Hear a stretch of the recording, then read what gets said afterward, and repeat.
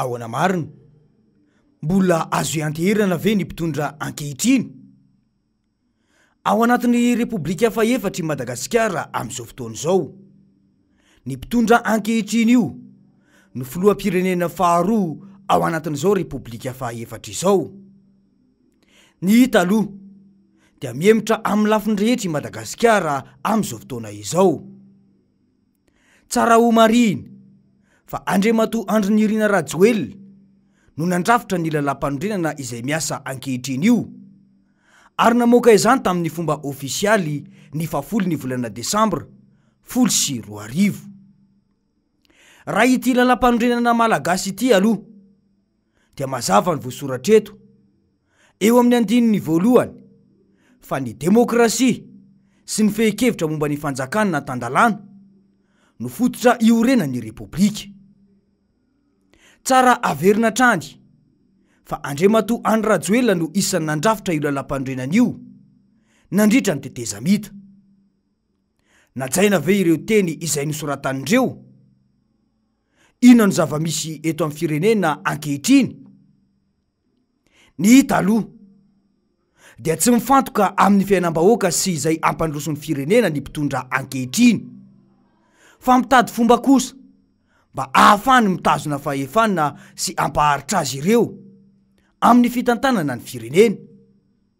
any ka na efa mitaraina mafy aza ny vahoaka dia tsy misy rarahin'ny mpitondra izany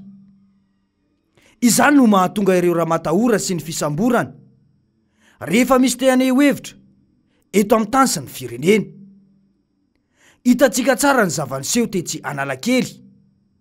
nandritra ny tatitra izay saika ho ataony ny solom-bavambahoaka olona manao akanjo menamena no nosamborin'ny mpitondra ka nampidirina ponja tsy nisy indrafo aiza ilay demokrasia no radradradrain'Andriamatoa Andry Rajoelina fa demokrata izy sa ve ny tsy fahafahan'ny vahoaka maneho hevitra no atao hoe demokrasia aminy hoy indrindra mantsy izy nandritra ny fampelezan-kevitra hoe raha misy ny filoham-panjakana demokraty raha tsy faharoa dia voalohany fa zany fa voalohany dia mipetraka ny fanontaniana hoe tena demokraty tokoa ve io filoham-pirenena io ny profesora Albert Zafy no antsoina hoe rain'ny demokrasia eto Madagasikara dia Andriamatoa Andrinirina Rajoelina ve zany no isan'ny mampanjaka demokrasia faharoa eto amintsika ny hita dia vokilaingany filoham-pirenena ankehitriny io ny vahoaka malagasy nandritra ny fampelezan-kevitra eny fa hatrany amin'ny tetezamita fanonganam-panjakana no nataony tamin'ny taona 2020 lamina ve ny fiainam-bahoaka taorian'io tsy krizy ve no nisy teto kanefa dia nolazainy fa anavitra ny vahoaka vary sy menaka alatra no namitahana ny vahoaka tamin'ireny fotoana ireny inony izao ilay fampanantenana izay efa nataony no efa tanteraka efa lasa Paris ve Ambatondrazaka lasa Miami ve i Tomasina efa Dubai ve i Nosy Be aiza ilay RN13 izay nolazaina fa ho atao amin'ny fiandohany ity taona ity fa raha fahatarany tsy maintsy sotaitsika ary tsy maintsy atombotsika amin'ny taona ho avy zao farafatarana izany RN13 zany raha fa tsy vidy zany RN13 zany raha tsy vidy zany RN13 zany tsy manao politika intsony ny andrasan'ny vahoaka izao dia ny filazan'ny filoham-pirenena io fa tsy hanao politika intsony izy satria teny nataony tamin'ny vahoaka malagasy izany azo antenaina ve nefa izany to filoham-pirenena vadibadidela mantsy no mitondra antsika ankehitriny ity mantsy no zava-nisy nandritry ny fampelezan-keviny hatrany demokraty ve nareo ny tiako tatongavana dia hoe amela malalaka mpanohitra ve ianareo ny ray aminareo tompoka no ho mpanohitra ary tarika ny fanoerana ao arinana ny fifidianana amela malalaka ny ravalomanana ve Rajoelina hanohitra ary ny fanohitra amin'izay kio anohitra amela malalaka ny Rajoelina ve ravalomanana raha lasa président ianao ny constitution moa dia mamela malalaka fa avelanao anohitra ve izy satria anao affirmatif be zotoizako ny tenitoy joaka voajanahary lalam-panorenana zay napetratsika dia mametraka ny statut de l'opposition ka avelako malalaka Andriamatora Ravalomanana ho chef de l'opposition rehefa tonga amin'ny fitondrana ny arandrehetra na eny tsara ny teny izay nataony teo dia mipetraka ny fanontaniana hoe koa nahoana no novaina ny Satan fehiny mpanohitra ny mpitondra ankehitriny io ihany mantsy no nandrafitra azy ka raha toka fanoherana amin'ny ankapobeny no voalazany lalàna 240 tsipika 320 dia novaina ho samy solombavam-bahoaka ny mpanohitra izany hoe opposition parlementaire tsy vitan'izay fa raha fifampidiniana tamin'ireo antoko politika maro no nanrafetana ny Satan fehiny mpanohitra io tamin'ny taona 2010 dia tolo-dalàna no nanaovany mpitondra izany ankehitriny izany hoe tsy nisy fifampidiniana tamin'ireo mpanohitra fa tonga dia bodongerina no natao dia hoy ny RMDM hoe fanambarana manoloana ny fandanian'ny antenimera-pirenena sy ny antenimera-dolona ny tolo-dalàna larana 01 2019 PL zay manova ny andininy sasatsasany larana 2011 bara 013 sy mikasika ny satany fanoherana sy ny antoko-panohitra eto Madagasikara araka ny voalazany tamin'ny adievitra na ny débat tamin'ny 18 décembre 2018 nandritry ny fampelezan-kevitra tamin'ny fifidianana fiodinana faharoa zay tao natao tao amin'ny Carleton io filohan'ny république io na ny président amin'izao fotoana zao zay nanambara pahibe maso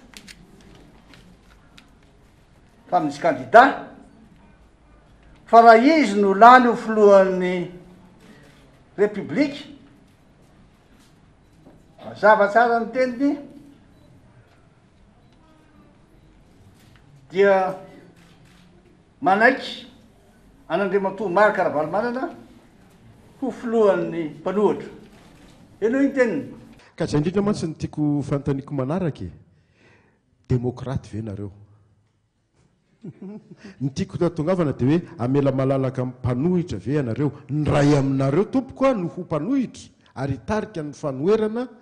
aoriana ny fifidianana amela malalaka ny Ravalomanana ve Rajoelina hanohitra ary ny fanohitra amin'izay kio anohitra amela malalaka ny Rajoelina ve Ravalomanana raha lasa président ianao ny constitution moa dia mamela malalaka avelanao anohitra ve izy satria mantsy anao afirmatif be zotoizako ny tenitoy joaka voajanahary lalam-panorenana zay napetratsika dia mametraka ny statut de l'opposition ka avelako malalaka Andriamatora Ravalomanana ho chef de l'opposition rehefa tonga amin'ny fitondrana mazava tsara zany ary ny alana enitsika androany ny tahiry tsara sy ny tahiry peo izay ny fanaovanay tao amin'ny Carleton samy candidat zay fidinana faharoa tamin'ny fotoana io mazava tsara hoe aminareo tsy mamorona iny le rangahy iny za ty olo ity ka dia ty fanambarany ty ho toizako araka ny andininy faefatra ambe folo ao amin'ny lalam-panorenana zay milaza fa ny vondrona politika mpanohitra dia manendry ny lehibe ny mpanohitra zany hoe tsy misy filazana mihitsy fa ny vondrona parlementaire no manao zany fanendreny izany na ihany koa tsy maintsy solombavam-bahoaka ny lehibe ny mpanohitra manoloana ny tsy fisiany fifandiniana fifampidiniana sy ny fanapahan-kevitra ireo mpisehatra politika rehetra nandritra ny tamin'ireo atoko ireo tamin'ny akalana nyity volavolan-dalàna ity ny antoko-panohitra dia tena tsy akasitraka velively ny fanendrena olona tendrena amin'ny alalan'ny solombavam-bahoaka rehefa nivory ny bureau politika ny rodobe ny mpanohitra na ny RMDM omaly alakamisy sy androany azoba dia reto aby zany ny RMDM ny antokotiako Madagasikara ary reto olom-boafidy zay hitanareo atao arinako reto dia nanao zao fanambarana manaraka izao ary zahay rehetra mitsipaka maron-drano io lalàna sadasada zay nanaovana ny lalàna ho 2011 nanova ny lalàna ho 2011 bara 013 zay sy niantsona ny mpanohitra tamin'ny famolavolana azy mitaky ny famoahana ny décret d'application amin'ilay lalàna 2011 013 fa io a ny efa lalàna misy kanefa mbola tsy nampiarina akory farany manamafy izahay fa entina ampisarahana anampianam-bavo ny mpanohatra sy anitsakitsahana ny demokrasia io tolo-dalàna zay vao ny lanindry reo io natao teto Antananarivo androany 4 jona 20 sy 20 ny foloa Marc Ravalomanana.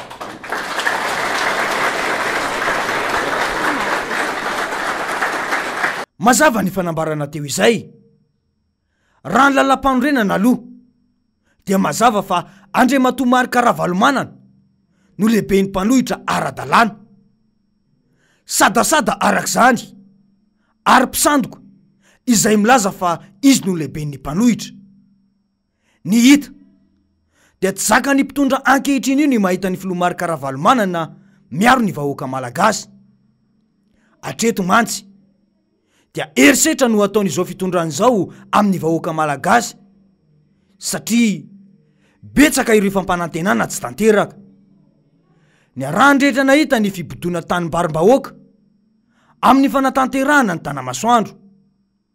ny fanaovana bodongerona ny tany nonenan-bahoaka tany Berary Androy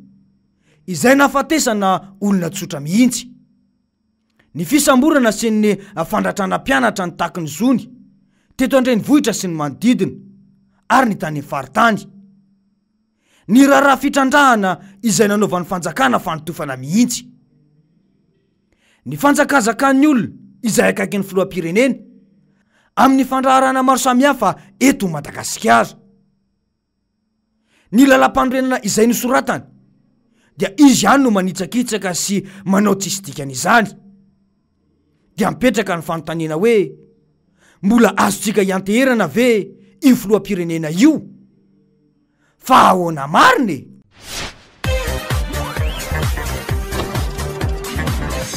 ahoana mariny